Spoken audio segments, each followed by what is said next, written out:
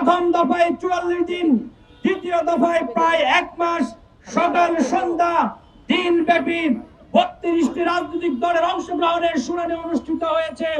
অনেকগুলো বিষয়ে সকল রাজনৈতিক দল ঐক্যমত প্রকাশ করেছে, কিন্তু আমরা লক্ষ্য করেছি জুলাই সনদ সেভাবে ঘোষণা করা হয়নি।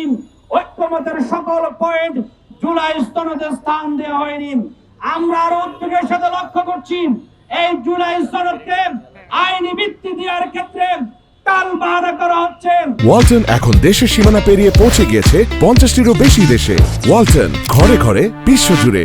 2000 ছাত্র জনতার রক্তের বিনিময়ে 30,000-এর অধিক আহতের বিনিময়ে আমরা যে নতুন বাংলাদেশ পেয়েছি, এই নতুন বাংলাদেশে নতুন বন্দোবস্ত জুলাই সনদকে আইনি ভিত্তি দিতে হবে।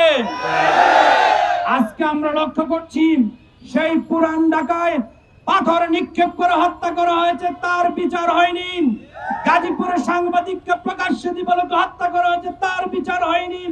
এভাবে বিচারহীনতার সংস্কৃতি যারা আগামী দিনে কেন্দ্র দখল করে, ভোট বাক্স দখল করে নির্বাচন কুক্ষিগত করতে চায়, তাদেরকে উৎসাহিত করবে। জামাত ইসলামের পক্ষ থেকে দাবি হচ্ছে নির্বাচনের আগে আইনি ভিত্তি দিয়ে নির্বাচনের একটি সুষ্ঠু পরিবেশ নিশ্চিত করতে হবে, অস্ত্রধারীদের গ্রেফতার করতে হবে, সন্ত্রাসী যারা আজকে হুমকি দিচ্ছে দাঁড়িপাল্লায় ভোট দিয়ে বাসায় ফিরে যেতে পারবে না, তাদেরকে গ্রেফতার করতে হবে। আমরা লক্ষ্য করছি ছাত্র জনতার ঐতিহাসিক বিপ্লবের মাধ্যমে যে নতুন স্বাধীনতা অর্জন হয়েছে, সেই নতুন স্বাধীনতাকে কালো শক্তির স্বাধীনতা বলে কেউ কেউ উল্লেখ করছেন।